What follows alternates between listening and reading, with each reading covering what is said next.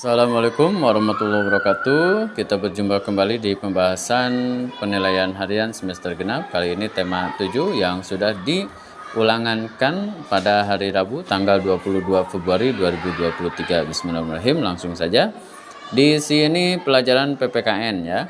Pendidikan Pancasila dan Kewarganegaraan KD 3.3. Di sini suku Batak dan suku Minangkabau berasal dari provinsi Sumatera ya, ini tentunya ya, daerah identik dengan Minang ya. Minang itu Sumatera ya, Batak, Minang, Padang ya. Kalau Jawa Barat itu Sunda, DKI Jakarta, Betawi, Papua. Dan suku adat Papua Asmat, suku Asmat ya.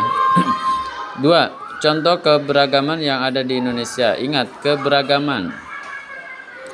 Suku benar, agama benar, karena beragam. Presiden itu kan satu kan, nggak beragam ya. Yang ada presiden pertama, presiden kedua ya. B, suku ya, ras ya, budaya. Nah ini yang B ya kayaknya, kita tandai dulu. Kalau yang C, agama, negara. Negara itu kan negara Indonesia ya, satu ya, NKRI, harga mati. Ini juga sama, berarti yang benar jawabannya adalah B. Nah gambar di samping lihat, apakah termasuk keragaman religi? Kalau religi nggak ada yang pakai peci, nggak ada yang pakai apa tuh. Kalau biksu, kalau orang Kristen misalkan. Keragaman tempat ibadah ini bukan tempat ibadah ya. Keragaman pakaian adat benar ya, ini pakaian adat dari berbagai daerah, berarti adalah C. Kalau makanan tradisional harusnya gambarnya makanan tradisional. 4. Semboyan bangsa kita. Nah, semboyan bangsa kita itu adalah Bhinneka Tunggal Ika ya. Berbeda-beda tetapi tetap satu tujuan. Bhinneka Tunggal Ika. 5. Sikap apa yang harus kita tunjukkan ketika kamu bertemu dengan orang yang berbeda suku agama? Ya menghormati, menghargai, tidak mengejek, tidak merendahkan. Misalkan ketemu dengan orang Papua, mohon maaf ya, misalkan ya dari segi kulit misalkan berbeda ya, kita jangan meledek. Ketemu dengan orang mana ya itu ya, kita harus menghormati, menghargai. Nah di sini ada teks di ruang makan keluarga Maeda itu Insinyur Soeharto, Dr. Muhammad Hatta dan Ahmad Subarjo menuliskan teks proklamasi. Perumusan itu disaksikan oleh Soekarni, Sayuti Malik dan BM Dia. Tokoh pemuda yang menjadi saksi. Nah ini ada kata disaksikan. Berarti kalau disaksikan ya oleh Soekarni, Sayuti Malik dan BM Dia. Berarti yang A ya. 7. Tempat penulisan naskah proklamasi adalah di sini di ruang makan keluarga. Berarti kalau di ruang makan berarti di rumah kan? Berarti di rumah Maeda ya. Di sini ada Laksamana Maeda. Ini adalah keturunan Jepang yang dia itu mengorbankan dan mendukung serta ingin Indonesia itu merdeka ya. Ini keturunan Jepang ya, Maeda, Laksamana Maeda. Atas perhatian Bapak, Ibu, Saudara, kami mengucapkan terima kasih. Kalimat tersebut sangat tepat digunakan pada surat bagian apa kepala surat, pembuka surat, isi surat, penutup ya. Nah di pelajaran Indonesia itu di KD 3.5 dan 3.9 di tema 7 itu mempelajari tentang surat undangan. Surat undangan itu ada surat undangan resmi, ada tidak resmi, ada setengah resmi ya. Kalau resmi itu oleh instansi pemerintahan, sekolah, lembaga misalkan ya.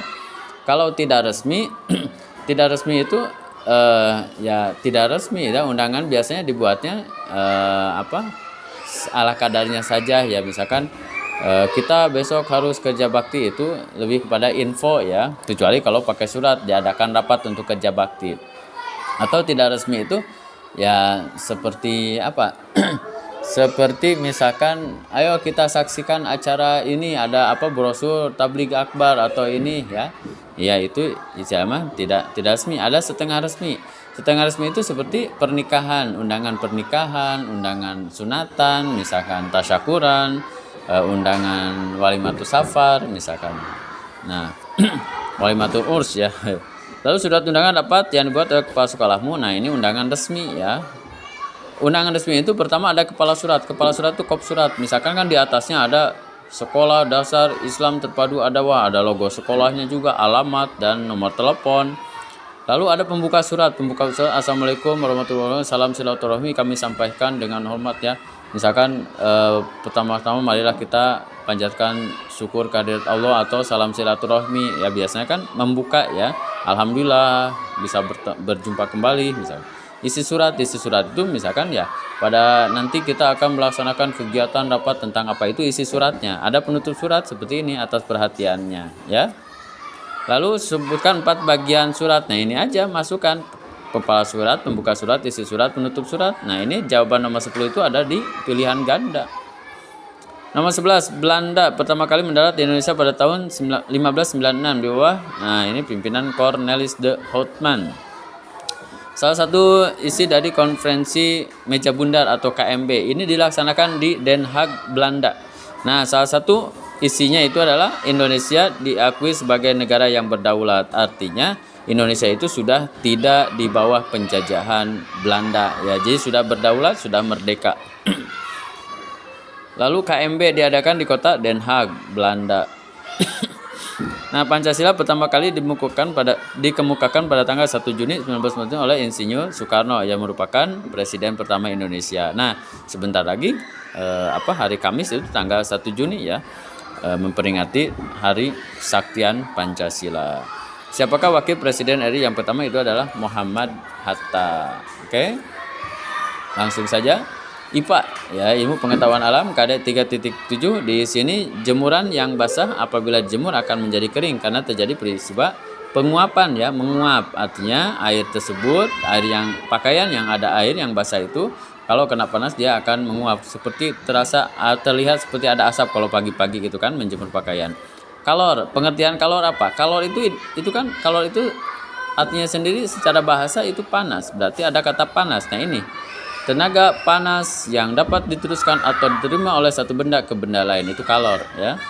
Perhatikan, nah ini gambar ini sedang memasak air pada teko. Teko yang kalau matang itu kan berarti ini menguap ya. Ini lihat ada kebulan asap, menguap ya. Tuliskan contoh peristiwa penguapan, yang memasak air hingga mendidih, menjemur pakaian, itu penguapan. Nah ini nomor 20. Oke, kita bahas dari padat ke cair, mencair. Ini perubahannya ya. Dari cair ke padat, membeku. Nah, ya. Lalu dari cair ke gas, ini adalah menguap. Dari gas ke cair adalah mengembun. Kan pagi hari itu mengembun karena malamnya itu kan gas ya, gas karbon dioksida. Nah, mengembun. Lalu dari padat ke gas itu menyublim. Contohnya apa? Kamper ya, atau kapur barus. Kamper misalkan kalian disimpan di WC, itu kamper lama kelamaan akan mengecil, itu menyublim ya. Gas ke padat, mengkristal. Contohnya salju ya. Nah, kristal salju, mengkristal. Jadi sekali lagi ini harus paham ya. Oke, terima kasih. Nanti kita akan lanjutkan bagian kedua. Wassalamualaikum warahmatullahi wabarakatuh. Sudah 8 menit ini ya.